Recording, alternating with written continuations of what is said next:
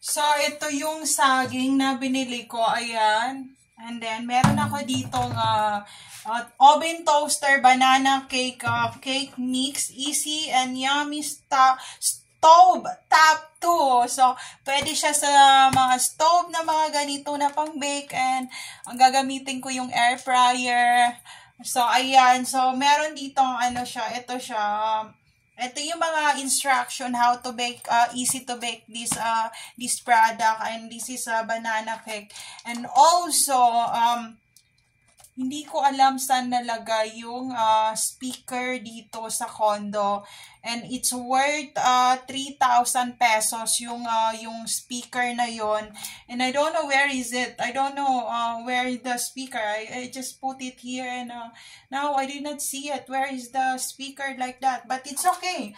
It's worth 3,000 pesos. Grabe, ang daming nawawalang gamit dito sa loob ng condo na to. So, imimix ko na to. Because I don't want to waste the food. So, ngayon, meron na mash na natin yung banana, and it's lots of banana talaga. And I really like the scent or the smell of this banana. And ito yung maliliit na saging. So, ayan. Mabango siya. And then ayoko na yung maglagay ng baking ng mga ingredients, mga vanilla syrup, mga ganyan. So naisip ko, ito na lang yung buong banana na lang na meron na siyang mix with ingredients na may baking powder na siya, and it's easy to bake, ganyan. Para wala na akong ilalagay na mga ingredients na vanilla syrup, ng eggs, or ng mga baking powder. So, it's easy to bake mix na siya. So, ito yung banana, and I'm using the air fryer na to bake this banana cake, and it's easy, and mabilis lang tong i-bake talaga. And nung una, ayaw ni Hiro, ni Gabi yung lasa ng banana cake. And sabi nila, ang pangit nung paggawa ng banana cake kasi maitim yung banana. Kasi nga, ano na siya, overripe banana na siya. And sabi ni Hiro nung bata pa sila, nung nasa grade 4, ganyan, 3, mga ganong 5, ganyan. Sa mami, the banana is already overripe banana, and the skin of the banana is already black, and there's a little bit of moist, and there's meron raw malapot na lumalabas doon sa saging.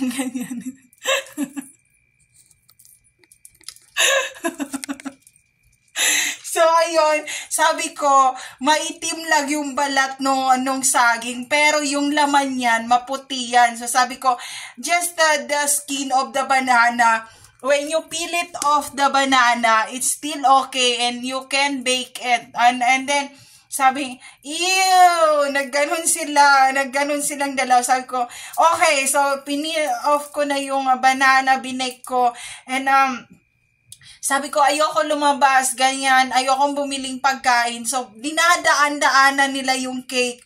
Dinadaan-daanan nila na, oh my God, mommy doesn't want to buy any bread or anything, just the bake bread like that. And then, nagugutom na sila. And pabalik-balik sila sa ref, and ang laman ng ref ay tubig, ulam, ganyan. And then, tuwing dadaan sila doon, oh my God. So, na-attempt silang tikman ngayon si banana na sa ang balat, ganyan, may malapot pa na parang bumubula, na parang ganyan-ganyan. Nung time na tinikman nila, when they taste those cake, sabi ni Hiro, ni Gabi, Mama, I did not expect the taste of the cake. Taste good. I did not expect those overripe banana is become banana bread and taste good. And also, I make banana cookies like that. And then, si Hiro rin, and gumawa pa ako ng iba pang cake na ganyan and cookies.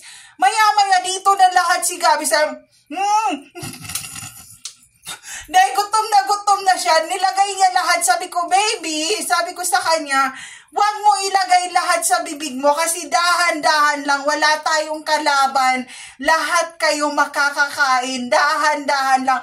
Pinasak lahat sa ganyan na kasi sabi niya, I'm so hungry. So wala silang option kasi hindi ako bumiling chicherya, hindi ako bumili ng drink, so wala silang option.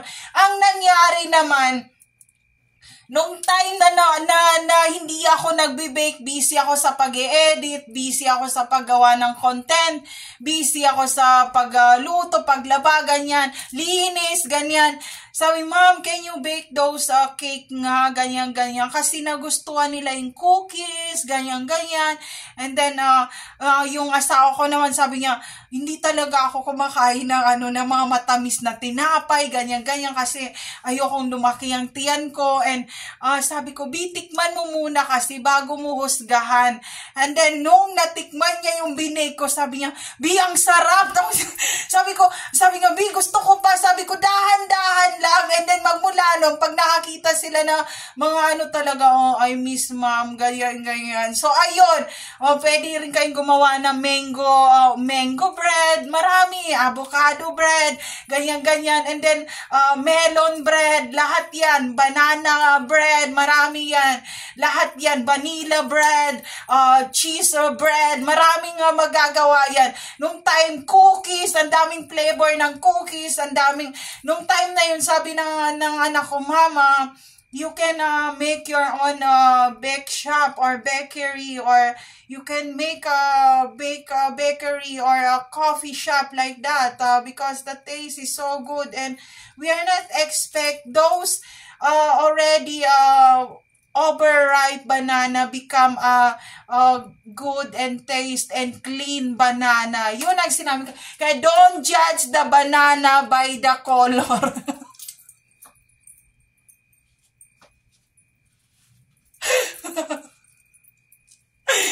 So, ayun. Mamaya ipakita ko sa inyo. So, see you later, friends.